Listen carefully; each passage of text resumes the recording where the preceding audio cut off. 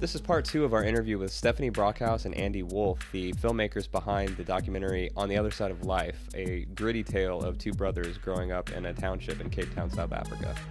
Yeah, I imagine that's pretty hard to walk that line between professionalism and objective distance, and forming that bond, that friendship with these people who you're spending a great deal of time with. How do you handle that as filmmakers and as people?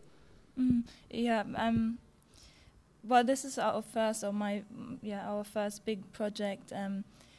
We didn't know that we would get involved so much. We just let it happen. We wanted that because equally we learned so much from each other. I think I'm extremely happy that I met them and that I was able to become part of their family as well. And that was so special that I was never bothered by it. Though it takes a lot of energy. I mean, we were dedicated.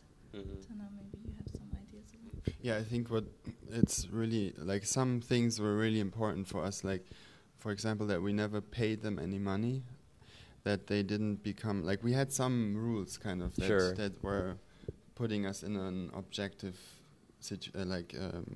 perspective. To keep the film, untouched. But then on the other hand, we never, there was no boundary between us in terms of the friendship. Like, they came really close to us. Like, in the beginning we thought they shouldn't know where we live, but then after several months that boundary was gone. Like, they knew where we lived, and they even spent time at our place, and I mean that changed things a little bit.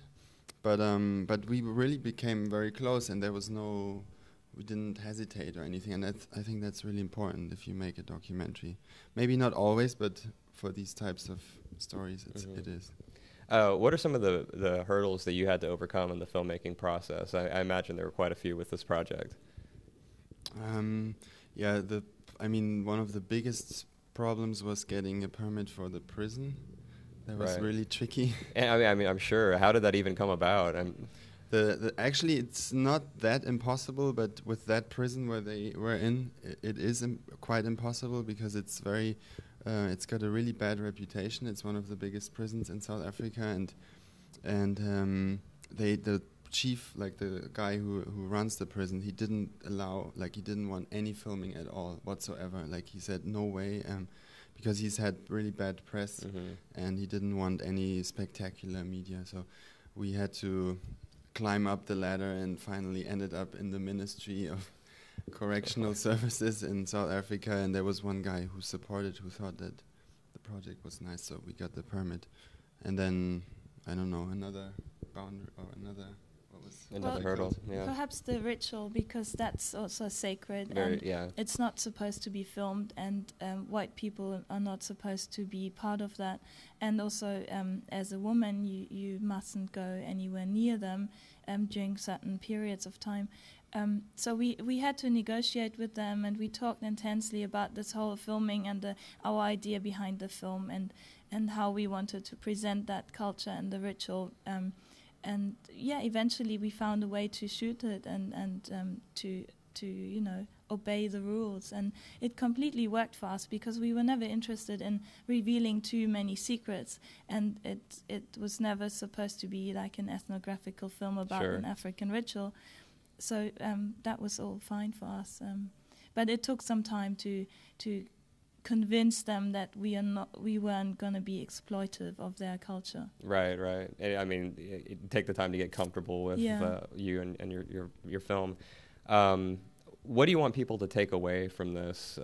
Is there a message, or is it really just a character story of these two brothers?